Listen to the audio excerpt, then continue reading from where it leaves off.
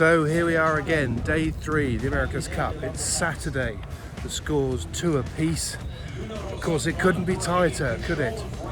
And what a day it is. It's another absolutely beautiful day down here in Auckland. And the excitement started already, as you can probably hear in the background. We got replays already this morning of yesterday's racing being beamed out all the way around the viaduct basin. In the meantime, Luna Rossa, as you can see behind me over here, just there, Luna Rossa are just getting themselves ready to go out. The Kiwis have yet to bring their boat out of the shed, but plenty of nervous anticipation around what's going to happen today.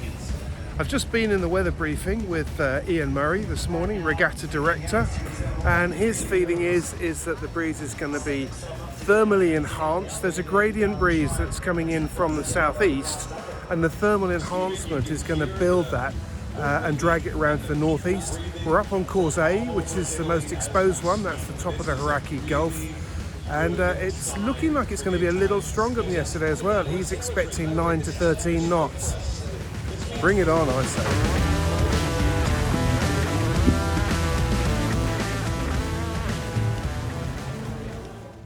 So, Freddie, here we are again, 24 hours later. Yeah. That was pretty interesting yesterday, wasn't it? What do you take away from yesterday's races? Yeah, races. I think I echo what I said from race day 1 into race day 2. I still think Team New Zealand, the big standout differences between the boats in performance. Prada's bottom speed in the tacks, as we saw on race day 1. We saw that again in race day 2, and I think you could really see that in the first tack off the line in the first race yesterday, so race 3 overall in this match. And the Kiwis' depth downwind is their weapon, and they need to figure out how to utilise that weapon. When they were ahead at gate 1 in the 4th race, so the second race yesterday, they stepped away downwind. Now, you've got to get to the first gate, windward mark, first for them to utilise that. So I still stick by that. Sort of what we saw in 10 to 15, we saw under 10. It's the Prada tacking is very good. The Team New Zealand downwind depth and marry that with a bit of speed is impressive. What do you think about the mood between the two teams? Because I don't know whether it's me just drawing the wrong conclusions, but the impression I sort of get is over the last 2 days of racing we've got, Luna Rossa have come back pretty pumped, like, yep, we can definitely do this. Yeah. And yesterday was a confirmation of that. Yeah. And I just get the sense that the Kiwis are coming back, and each time they lose a race, it's right, okay, we've got it. They're two very different moods. Yeah, I think with race 4, with Team New Zealand 2-1 down, that race 4 was a huge race yesterday. If you come in 3-1 down and Team New Zealand having lost that race, then man, that is tough, and it's a momentum game. And there's no team that I've ever sailed with or against that thrives on momentum more than Luna Rossa. And if you gave them that momentum by giving up that race yesterday, Team New Zealand would be worried. Now, what they actually went and did is a very brave pre-start by putting the boat down to do their acceleration kill in the last 30 seconds and potentially luring Jimmy in for a hook, and that set him up tight on their hip and had to peel out, and we all saw what happened after that. Was very brave. They really needed that race. It's interesting, isn't it? In my head, the 2 pivotal races so far on both days have been the second race, because they're the ones that need to stop the momentum from the team that has won the first race. So I'm kind of thinking, I don't know, man, with my hat on, I think if a team in the next 2 days manages to win 2 races, they put themselves in a very powerful position. It takes the pressure off for the following day, and you could be 4-2 up and go, right lads, got a bit of a buffer here, let's keep going. Then boom, all of a sudden you're 5-2 up and you're like, ooh, if we win this one, then we're at match point. And that's just how the momentum keeps working. And today is going to be really interesting because we've got a change of course here, yeah, isn't it? We're on A, which is sort of a stable.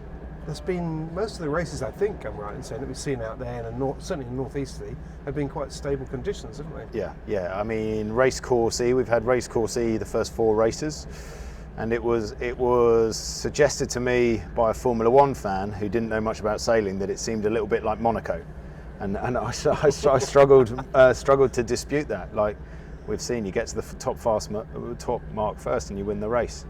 And it's kind of not very wind bendy there, down on the back paddock, with a kind of gradient breeze with a bit of sea breeze influence on course A out in the Hierarchy Gulf. It is a different race course actually.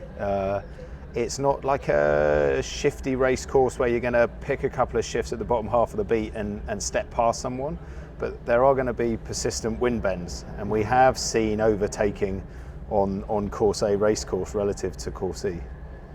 Well, you're going to get a grandstand view today, aren't you? Because you're in the helicopter. Yeah, up in the helicopter today, so I'll be having a look, see what the wind's doing. Stay away from the doors. Yes, copy that. People keep losing their wallets out the doors. Oh, that's all right. That's all right. My wallet's not that heavy, so.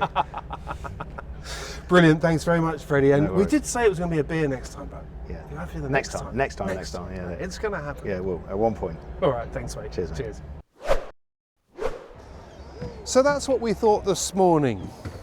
But by the afternoon, things had changed once again. And I wouldn't mind betting that not many people expected this. Here's how day 3 panned out. Big crowds ashore, a big fleet afloat, and big expectations all round. Day 3 of the 36th America's Cup was Big Saturday in every way. As we say, we'll fly the plane, you fly the boat. With no COVID restrictions, the dockouts were back to being a big deal too. So far, the results were even. 2 days of racing, 2 race wins each. Could today change the pattern? The one thing that hadn't turned up in force was the wind. As the start time approached, the wind speed was just above the 6.5 knot minimum, hovering around the 7 to 8 knot range. Yet despite the light winds, both were killing time before the start, struggling to stay on their foils. Both splashed down, but the Italians were back up first and ran away from their opponents. By gate 1, the Italians were 32 seconds ahead. And while the margin shrunk a little, Luna Rossa, Prada Pirelli were never at risk of losing their lead. I think we did a very good job on the start, and again it proved to be an important part of the race.